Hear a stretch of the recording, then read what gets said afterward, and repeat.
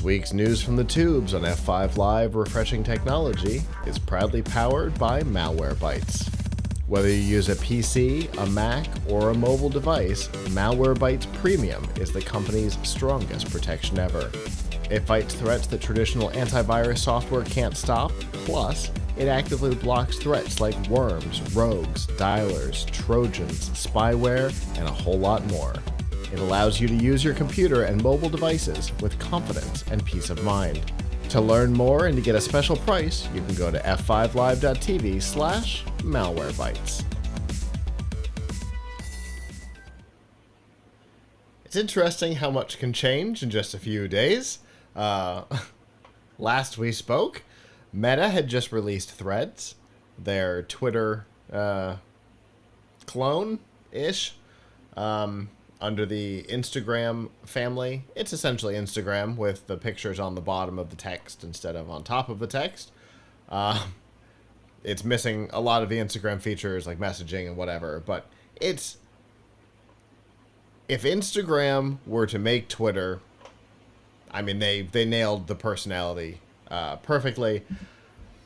In the first couple days, they got to 100 million users, which is impressive, even though all you had to have was an Instagram account and you were off to the races. But there's some interesting things about Threads that people don't know. For example, the data collection policies are insane. The terms of service talk about medical records and all kinds of personal oddities. But because of all of this, Meta made the decision to launch in 100 countries, and in those 100 countries is not the EU. Because as we know, the EU has a wrath, unlike seemingly anywhere else on the planet. Their data protection rules are incredibly strict, and none of this falls within them. So Meta decided not to launch in the EU. But that wasn't going to stop people from using it in the EU. Obviously, they grabbed things like our friends at PureVPN, and using VPNs, reported that they were in the US or the UK, downloaded the app, created their accounts, and that worked for a while. And then Meta decided, no, that's not going to work anymore. And they have now blocked even VPN access into the application because, again, they're a little afraid of the European Union and GDPR and all the things that go along with data protection. My suspicion is this is more of a show. Because there are other ways besides VPNs to be able to accomplish this goal. They're pretty easy. We won't talk about them here. But there are pretty easy ways to continue to get around this that don't report as a VPN. And then you could get back up and running and off to the races. So, I don't know, Abram. I feel like this move is less about, oh, no, we have to make sure that people in the EU aren't using this because it violates the EU's rules, and more, when they do use it, they can go, look, we did what we could. We can't do everything. Of course. I mean, I often wonder, like, what is the stake that companies have in trying so hard to block international usage of services? Like, they're not supposed to allow certain things, but on the other hand, like, does it really hurt them? So, like, Netflix, for example, you cannot log into, UK Netflix from the US unless you fool it by VPNing, right? Right. So BBC, anyone who lives in the UK has free access to BBC if you pay the television tax, which I think everybody does, but whatever. In fairness, you get all you have to say is yes, I do. They don't Yeah, verify yeah. it. They only ask you. They only ask you if you have paid. They don't check it, right? So, right. So, you can, one can very easily, if you want to watch stuff on BBC iPlayer, um, get a VPN service. There are some free ones. Um, go, make sure you hit a UK server and then go to the BBC iPlayer. Um, I don't at so all use our friends at PureVPN to do exactly that. I would never do yeah, that. so one could do that, and you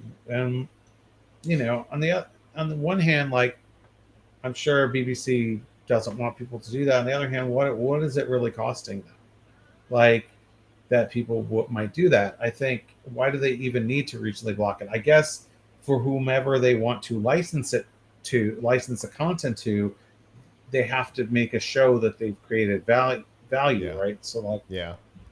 They if they also I'm have to prove to the people they're licensing from, because, for example, Channel 4 in the UK has the UK license to stream The Big Bang Theory. So you could go grab a free VPN, or if you've got Pure VPN or something like that, you can connect to a UK network, watch it there, and not have to have Hulu. Oh, okay. I can't imagine. That seems so weird to me, to be like, yeah, I'm going to go to the BBC channel to watch an American show. Sure, Um, but but tricksy people are tricksy. yeah, no. I mean, I get it. It just seems weird, but no. So I think they But have to make a show again. To your point, I yes, think they have to make a yeah, show that they are complying with the rules of their license for The Big Bang Theory or Breaking Bad, which I think they also have. Shows like that. They have to make a show to the U.S. licensors or wherever the content's coming from. That no, see, we have rules. We verify IP. We do all this stuff. But I think you're right. I mean, outside of the rules of their licensing of shows, I don't think it hurts them because it's eyeballs that they yeah, can charge for commercials on. yeah, I mean, those eyeballs aren't useful to the advertisers, but they have no way of knowing that. They can still charge for the run of the ad. yep, So yeah, I'm with you. I think yeah, the only thing they have to lose is in that case the licensing, and in Meta's case, Meta doesn't want to become Apple or Google, right? The EU has weapons trained on Apple and Google. We know that. Google has had lots of stuff, antitrust, and all kinds of investigations from the EU, and then they keep passing new laws seemingly targeted directly at Apple. I think Meta's trying to stay out of those crosshairs and keep pointing back and going, no, we're doing what we can. No, see, they got it from the Play Store or from the App Store. That's Google and Apple's fault. That's not our fault. We did what we could. yep, So yeah, that's my feeling. It seems like it's yours too. That this is more of a show than it is like they care. They're not showing ads yet, but at some point they will, and they'll be able to generate revenue off of this, right? And right, they don't care. It's more eyeballs. It's more opportunity to run ads. right, right, right. I mean, it does kind of beg the question to me of what makes you an EU user. Like, for example, if I'm American and I have I'm on vacation in the EU, Hmm. am I violating, like, am I an EU user while I'm there, or I is it think so. based on where I'm a permanent resident? I think so. I think it applies to physical, because I know some of these laws involve physical location, right? So the the I don't know. There's been a couple of data things that apply to all devices in the EU, whether or not it was sold there or it's active there or whatever. I imagine this works the same. This would work the same way. I mean, in fairness, we're not in the EU, and PC Part Picker isn't located in the EU, and there was the GDPR cookie message at the bottom of the website. Right. He's not in their jurisdiction, but the people who access it might be. So yeah. Yeah, fair enough. The internet is a strange place for those reasons, right? Things can be governed from places that don't technically affect you. I cannot imagine that France is going to come after me. Right? Is the U.S. going to extradite me to France over a data collection thing? Probably not. And yet we all comply with these things anyway, because somebody in Paris might come to the website and we don't want them to accidentally get in trouble. There's all kinds of... Right. The internet's a weird place because of cross-jurisdictional lines.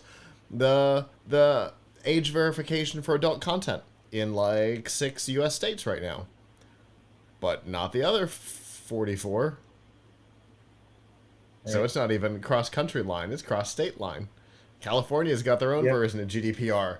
I'm not in California. I don't have any desire to go back there if I can avoid it, and yet we comply with their stuff. It's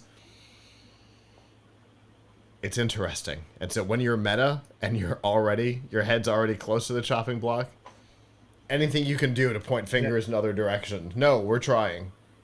Don't shoot the messenger, I think is the case. So we've seen some stats on VPN usage in the EU. They have gone up since the launch of Threads.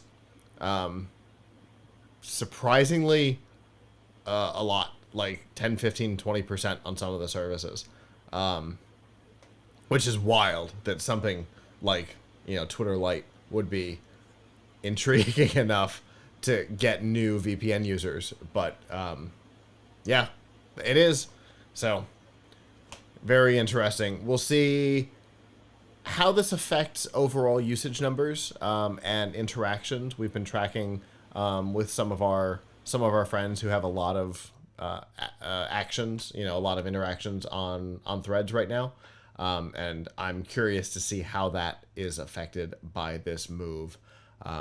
Hopefully we'll be able to see that in semi-real time over the next week or so. Hello, YouTube. Thanks for watching, and I hope you enjoyed this episode of F5 Live Refreshing Technology.